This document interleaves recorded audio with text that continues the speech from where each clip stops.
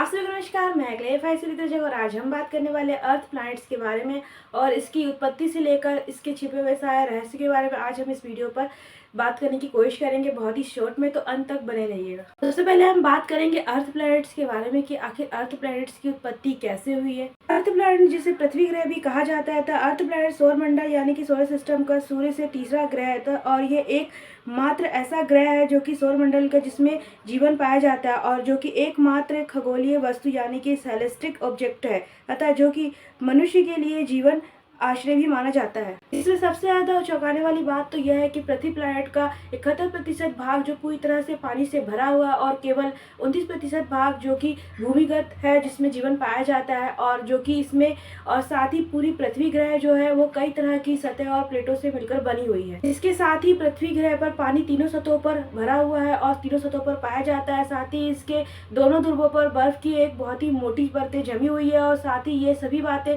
वैज्ञानिकों को आश्चर्य में डाल देती है। साथ ही अगर हम ये जानने की कोशिश करें कि पृथ्वी की उत्पत्ति कैसे हुई है तो पृथ्वी की उत्पत्ति 4.54 अरब साल पहले हुई थी। अगर हम पृथ्वी की हिस्ट्री के मतलब कि पृथ्वी के इतिहास की बात करें तो पृथ्वी में जीवन कितने साल पहले से शुरू हुआ है, तो इसके लिए पहले अरबों वर्षों से भी भीतर जीवों का विकास महासागरों में हुआ और इसमें पृथ्वी के वायुमंडल की सतह को प्रभावित करना शुरू कर दिया था, जिसमें अवायुमंडलीय माने कि ऑक्सीजन वाले जीवों की उत्पत्ति हुई और जिसके बाद वायुमंडल जीवों वाले यानी कि ऑक्सीजन वाले जीवों की उत्पत्ति होना शुरू हो गई, जिसमें इनका जन्म हुआ और धीरे धीरे जीवन का विस्तार होता चला गया और जिसके आधार पर ही पृथ्वी पर जीवन 4.1 अरब वर्ष पहले ही हुआ। और साथ ही अगर जीवन के विकास में कई प्रजातियों का विस्तार तो हुआ है, लेकिन कई प्रजातियां लुप्त भी हो गई और साथ ही कई नई प्रजातियों का जन्म भी हुआ और अगर तो साथ में पृथ्वी के क्रम में रहने वाली 99% से भी अधिक प्रजातियां तो विलुप्त हो गई।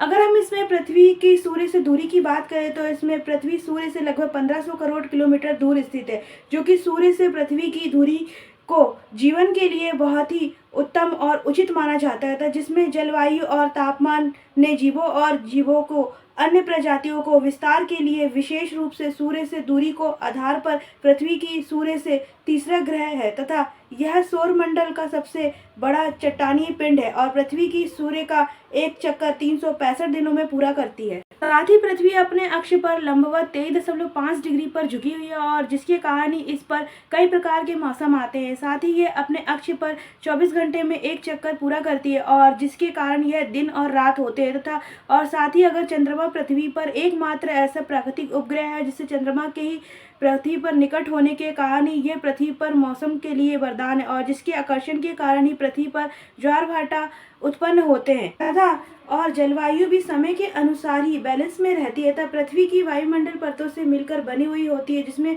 नाइट्रोजन और ऑक्सीजन की मात्रा बहुत ही अधिक पाई जाती है तथा साथ ही पृथ्वी के वायुमंडल में ओजोन परत पाई जाती है तथा जो कि गैस की एक मोटी परत होती है जो सूर्य के आने वाली हानिकारक और पराबैंगनी किरणों को रोकती है। साथ ही ये वायुमंडल में घने होने के कारण ही ये सूर्य के प्रकाश को भी कई हद तक और कई मात्रा में परिवर्तित कर जाती है, जिससे कि यह इसका तापमान कंट्रोल में रहता है और अगर कोई उल्का पिंड पृथ्वी की वायुमंडल में प्रवेश भी कर जाता है तो वायु के घर्षण और टकराव के कारण यह जलकर नष्ट हो जाते हैं और साथ ही ये कई छोटे छोटे टुकड़ों और धूल के कणों में विभाजित हो जाते हैं तथा साथ ही पृथ्वी की ऊपर की सतह बहुत ही मोटी और कठोर होती है तथा साथ ही पृथ्वी के भूपटल कई कठोर खंडों और प्लेटों से मिलकर बनी हुई होती है, जो कि जिसमें कई सतह विशाल पर्वत पठार महाद्वीपीय नदी और समुद्र आदि प्राकृतिक संरचनाएं होती है और जिससे पृथ्वी की आंतरिक संरचना की प्रमुख 3 परतों से बनी हुई होती है, जो कि भूपटल, भूप्रभा और क्रोड़ होते हैं। इसमें से बाहरी क्रोड़ तरल अवस्था में पाया जाता है अतः ये एक ठोस लोहा और निकल के आंतरिक कोर के साथ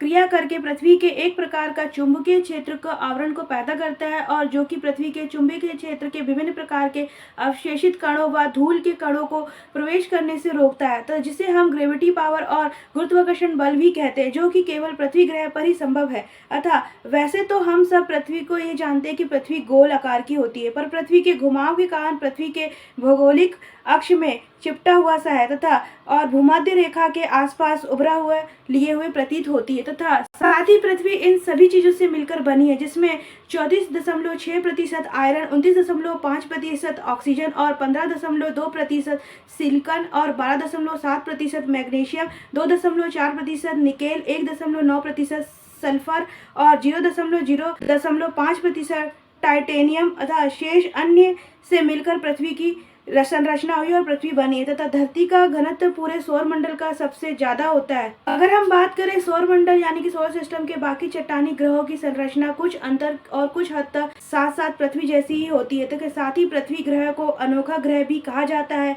और पृथ्वी की बनावट और आकार और इसकी संरचना के कारण ही इसे नीला ग्रह भी कहा जाता है। साथ ही अगर हम बात करें अपने मेन टॉपिक के बारे में कि आखिर पृथ्वी में पानी कहाँ से आया, तो हम सभी जानते हैं कि पृथ्वी का केवल 29% भाग ही है जो कि भूमि से ढका हुआ है और जिसमें जनजीवन पाया जाता है, लेकिन वैज्ञानिकों की खोज के अनुसार कई अन्य पानी के स्रोत ऐसे भी है जो कि पृथ्वी के नीचे 2000 मीटर नीचे भी पानी पाया जाता है, जो कि महासागरों के साथ साथ अन्य बड़े बड़े महासागर और पानी के स्रोत पाए जाते हैं और इन सभी महासागरों का पानी अधिकतर खारा होता है और जिसके कारण पूरे सौर मंडल में पृथ्वी पानी की अधिकता होने के कारण बिल्कुल नीली दिखाई देती है और एक अनोखा ग्रह दिखाई देती है और ये सभी खारा पानी जो कि चट्टानों से मिलता है और जिसके कारण इसमें पृथ्वी को ये अन्य ग्रहों से अलग बनाता है और केवल पृथ्वी पूरे सौरमंडल में एकमात्र ऐसा ग्रह है जिसमें जीवन पाया जाता है और इसमें सही बैलेंस के अनुसार जन जीवन पाया जाता है, जो कि पूरे सौरमंडल में ये अन्य ग्रहों से बिल्कुल अनोखा ग्रह और नीला ग्रह भी कहलाती है। साथ ही आज का हमारा ये वीडियो अर्थ प्लैनेट्स के बारे में यानी कि पृथ्वी ग्रह के बारे में यहीं पे खत्म होता है। अगर आपको हमारी जानकारी अच्छी लगी तो प्लीज हमारे चैनल को सब्सक्राइब कर दीजिए,